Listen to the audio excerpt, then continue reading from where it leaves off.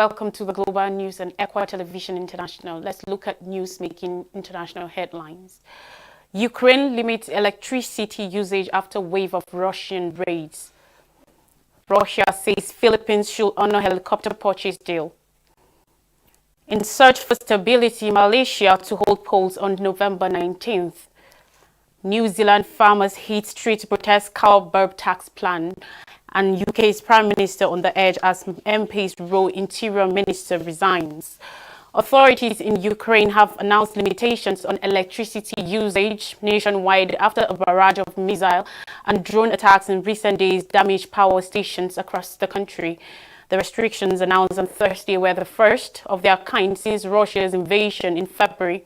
Grid operator Ukrenergo said in a statement power supply will be restricted between 7 a.m. and 11 on Thursday. Temporary blackouts were also possible if people did not comply with the restrictions. Ukrainian President Volodymyr Zelensky this week said that 30% of Ukraine's power station had been destroyed in drone attacks since October 10th, leading to massive blackouts across the country. Zelensky said authorities were preparing for all possible scenarios with a view to winter. On Thursday, Zelensky was due to speak via a video link at a European Union summit in which leaders of the bloc's 27 member states will discuss options to support Ukraine, including the restoration of power supply and long-term financing for rebuilding efforts. Meanwhile, authorities in the western city of Lviv said the repair of damaged electricity infrastructure might take months. Moscow has told the Philippine government that it should honor a $215 million deal to buy 16 Russian military helicopters, which the country's former president, Rodrigo Duterte, cancelled due to fears of possible U.S. sanctions imposed after Russia's invasion of Ukraine.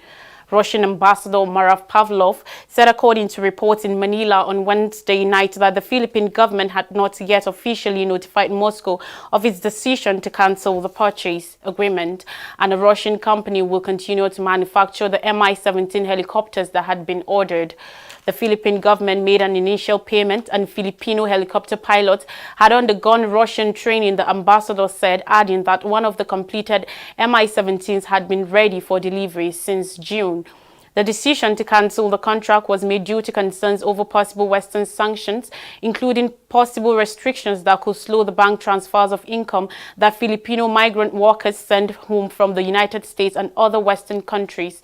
The Philippine ambassador to Washington, Jose Manuel, said in July. Following Russia's invasion of Ukraine in February, countries that buy Russian defense equipment could face Western sanctions, the ambassador said. According to reports, Washington could provide similar helicopters, reportedly the Boeing CH-47 Chinook, which the Philippines requires for combat missions, search and rescue, and medical evacuation for the same price as agreed with Russia. The U.S. will also include maintenance service and parts terms that were not included in the deal with Russia, defense officials also said.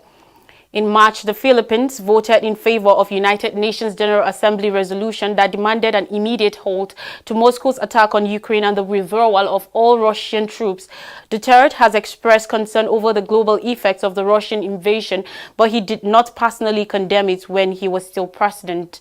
When Duterte was in office, he nurtured close ties with Russian President Vladimir Putin, whom he once called his idol, and frequently criticized U.S. security policies. The Philippines is a treaty ally of Washington under a 1951 Mutual Defense Treaty, which states that both nations will provide support to one another if attacked by an external party. Still on the news, Malaysians will go to the polls in a month as the shaky coalition government of Prime Minister Ismail Sabri Yaakob attempts to win a solid mandate and bring an end to the political maneuvering that has seen the country through 3 prime ministers in nearly as many years. The federal election, which was not due until September 2023, will take place on November 19th after 2 weeks of campaigning, the Election Commission announced on Thursday. Elections for assemblies will also be held in some of the countries of 13 states. About 21 million people are eligible to vote. The last election in 2018 made history when the United Malays National Organization UMNO lost power for the first time in 60 years amidst public anger over the multi-billion-dollar corruption scandal at State Fund 1 million decibel. Voters this time appear more concerned about the cost of living amid rising prices and higher interest rates, but have also been annoyed by the jostling for power among politicians even during the COVID-19 pandemic, which led first to the collapse of the elected Pakistan Harapan PH coalition and the UMNO's return to government in administrations that have also proved unstable. When Ismail Sabri dissolved parliament last week, just 3 days after his government has presented its 2023 budget, he said he hoped the election will end in the instability that has plagued the country in recent years. But analysts warn that another close race is likely, and that could leave the newly elected government exposed when it comes to getting its budget through in parliament. Traveling in convoys of tractors and pickup trucks, farmers in New Zealand have gathered in cities and towns across the country to protest against the government's plan to be the first country in the world to tax emissions from farm animals. Lines of tractors and other farmyard vehicles disrupted traffic in Wellington, Auckland, Christchurch and other cities on Thursday, with the protesting farmers demanding that the country's centre-left government back away from the so-called burp and fart tax. The Prime Minister Jacinda Ardern unveiled plans last week for the world's first levy on agricultural gas and biogenetic methane, which mainly comes from burps produced by New Zealand's estimated 6 million cows and 26 million sheep. Ardern has argued that the tax is needed to slow global warming and could even benefit farmers if they can command a higher price for more climate-friendly meats. However, New Zealand's farmers are up in arms, with thousands of agricultural workers joining Thursday protests called "We Are Not Going to Take It." Bryce McKenzie, co-founder of Groundswell New Zealand, which organized the protest, said the tax threatened the viability of local farmers. While the government hopes that tax will reduce livestock emissions by 20%, McKenzie argues that any reductions will be replaced by less efficient foreign farmers.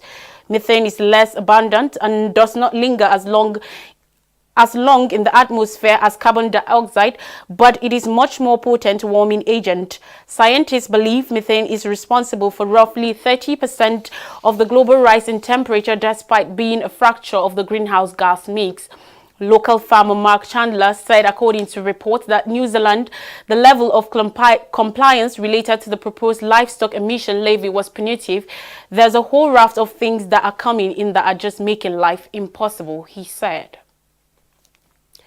Still ongoing, British Prime Minister Liz Truss is fighting to hold on to her job after her Interior Minister resigned and Conservative legislators openly quarrelled in Parliament over a vote in fracking for shale gas.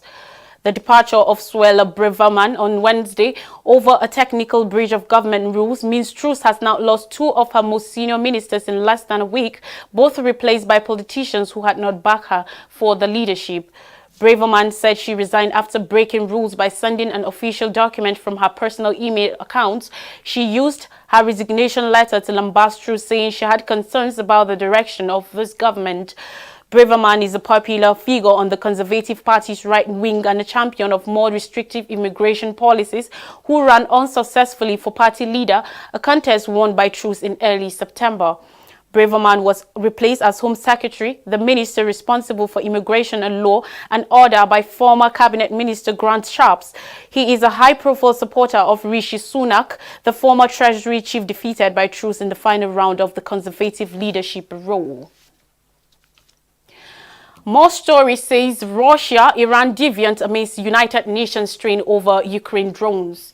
Russia has warned the United Nations against investigating its use of drones in Ukraine amid accusations the weapons came from Iran and were used in violation of United Nations arms restrictions in the Middle Eastern country.